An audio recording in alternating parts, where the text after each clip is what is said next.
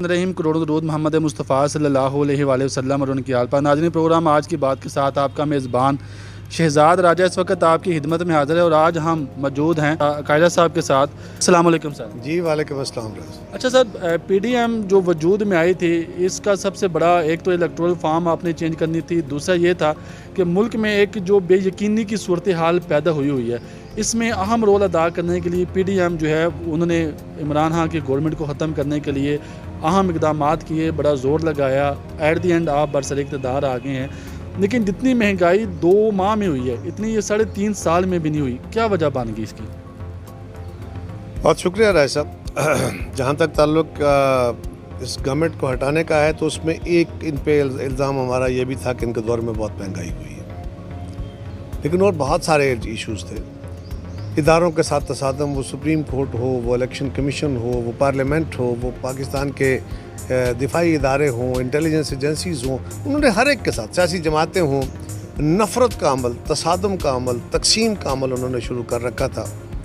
और उनके इक़दामात की बदौलत पाकिस्तान की इकॉनमी भी बर्बादी की तरफ जा रही थी। पाकिस्तान की खारजा पॉलिसी को बहुत शदीद चैलेंजेस थे और हम ये समझते थे कि अगर ये और कंटिन्यू करेंगे तो पाकिस्तान के लिए कोई अच्छी खबर नहीं आ सकेगी, बल्कि पाकिस्तान और मुश्किल वक्त में दाखिल हो जाएगा।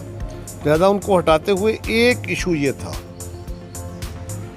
हाँ, ये बात आपकी दुरुस्त है कि जब से हमारी हुकूमत आई है महंगाई बहुत बढ़ी है, लेकिन ये बात दुरुस्त नहीं है कि उनके 3.5 साल में उतनी नहीं बढ़ी जितनी इस 2 महीने में बढ़ गई। सर, इसमें मैं छोटी सी पे गुजारिश करता हूँ।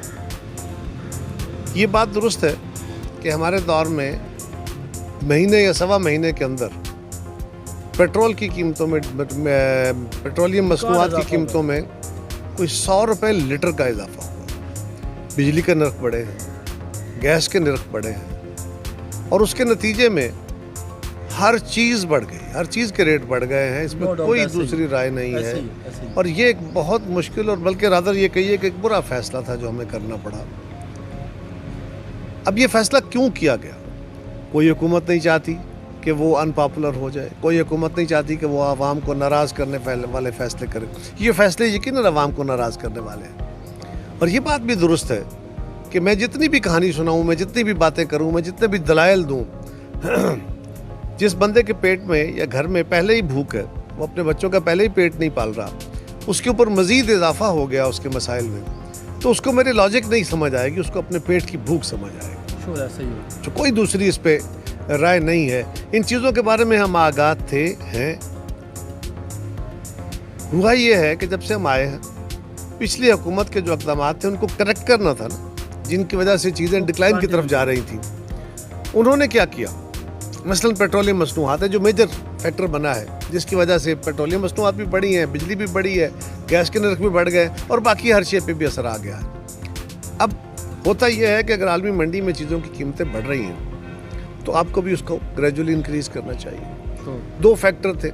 अगर वो ग्रेजुअली इंक्रीज़ करते जाते, थोड़ा थोड़ा जो इजाफा हो रहा था, तो वो पास ऑन होता और मार्केट में स्टेबलाइजेशन रहती, उसकी इक्वलाइजेशन, उसमें कुछ ना कुछ जो होता है ना बैलेंस, वो कायम होता रहता, एडजस्टमेंट हो जाती उसकी। अब हुआ ये कि उन्होंने नहीं की।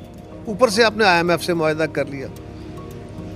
IMF के मुआहदे को एक तरफ रखते हुए जब खान साहब का जाना ठहर गया, उन्हें समझ आ गई, तो उन्होंने एक तरफ तो वो सब्सिडी सारी शुरू कर दी, फिर ऊपर मज़ीद 10 रुपये लीटर की रियायत दे दी। ठीक। वो उस वक्त तो एक बड़ा जस्ट 1 मिनट, लेकिन उसका क्रेडिट भी तो आप लेते रहे हैं कि आपने कहा था कि हमारा महंगाई मार्च, मुझे याद है मैंने आपके साथ प्रोग्राम किया था, आपने कहा था कि हमारा महंगाई मार्च शुरू हुआ है तो इसका ये इफेक्ट हुआ है कि खान साहब ने पेट्रोल की कीमतें भी कम कर दी हैं, बिजली के नर्ख भी कम कर दिए हैं। तो अभी जब इस्लामाबाद हम पहुँचेंगे, जब हम इस्लामाबाद पहुँचेंगे तो यकीनन और भी जो चीज़ों की कीमतें कम होंगी। अब आप कह रहे हैं कि ये जुल्म किया गया था। नहीं, मैं गुजारिश कर रहा हूँ कि हमें तो मुआहदे का पता नहीं था ना IMF के साथ। अगर आपने शराइत कुछ और रखी है, एक तरफ आप ये करके आए हैं कि इनके ऊपर टैक्सेस भी कलेक्ट करेंगे, दूसरी तरफ आप ये करके आए हैं कि हम इसके ऊपर रेगुलेटरी ड्यूटी जो है उस पर इजाफा करते जाएंगे, और आप वो नहीं कर रहे, बल्कि आप उल्टा चीज़ों को कम कर रहे हैं, इसलिए कि आपकी हुकूमत जा रही है।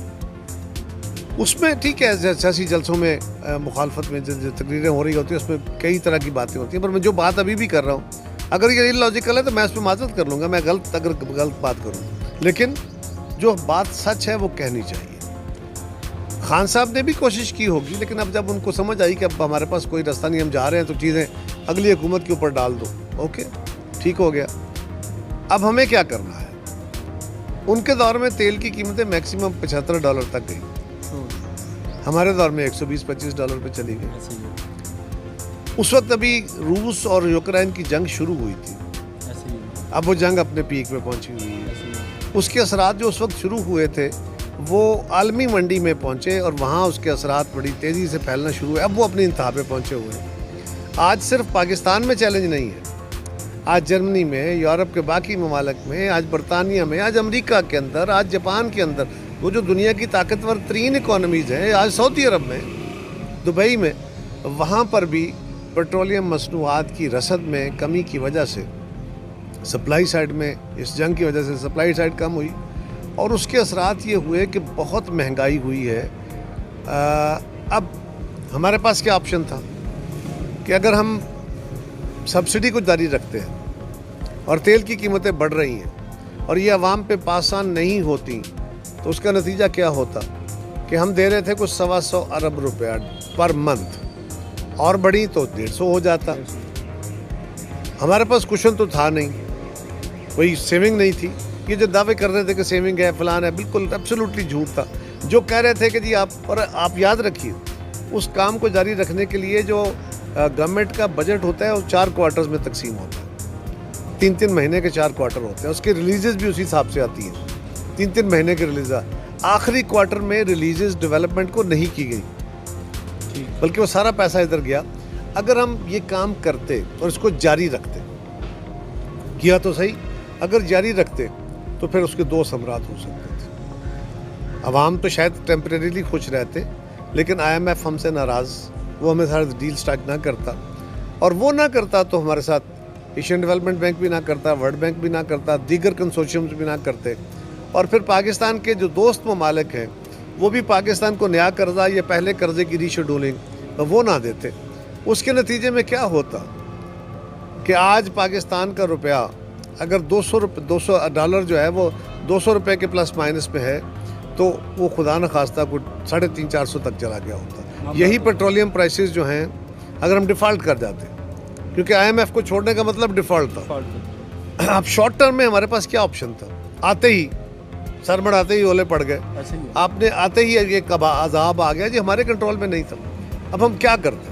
अगर ये ना करते तो डिफ़ॉल्ट करते तो श्रीलंका वाला हाल होता, ट्रेड ना हो सकती, डॉलर कहीं का कहीं चला जाता, पेट्रोलियम मसनूआत इंतहाई महंगी हो जाती।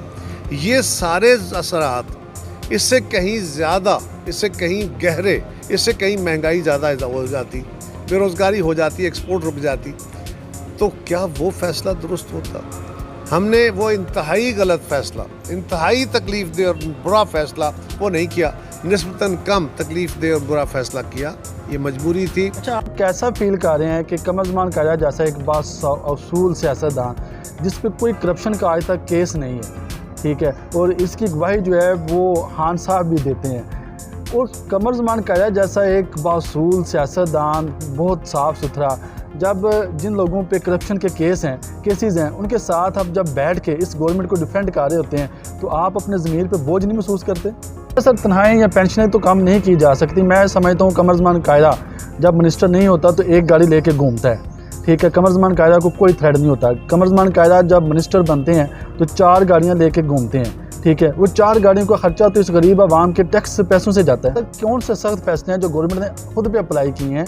लेकिन अभी तो आपने जो तुर्की का दौरा किया, करोड़ों के इश्तिहार उसकी मद में दिए, शहबाज शरीफ वज़ीर आज़म हाउस का जो स्विमिंग पूल उसको रेनोवेशन हुआ, उस पर करोड़ों रुपए लगे।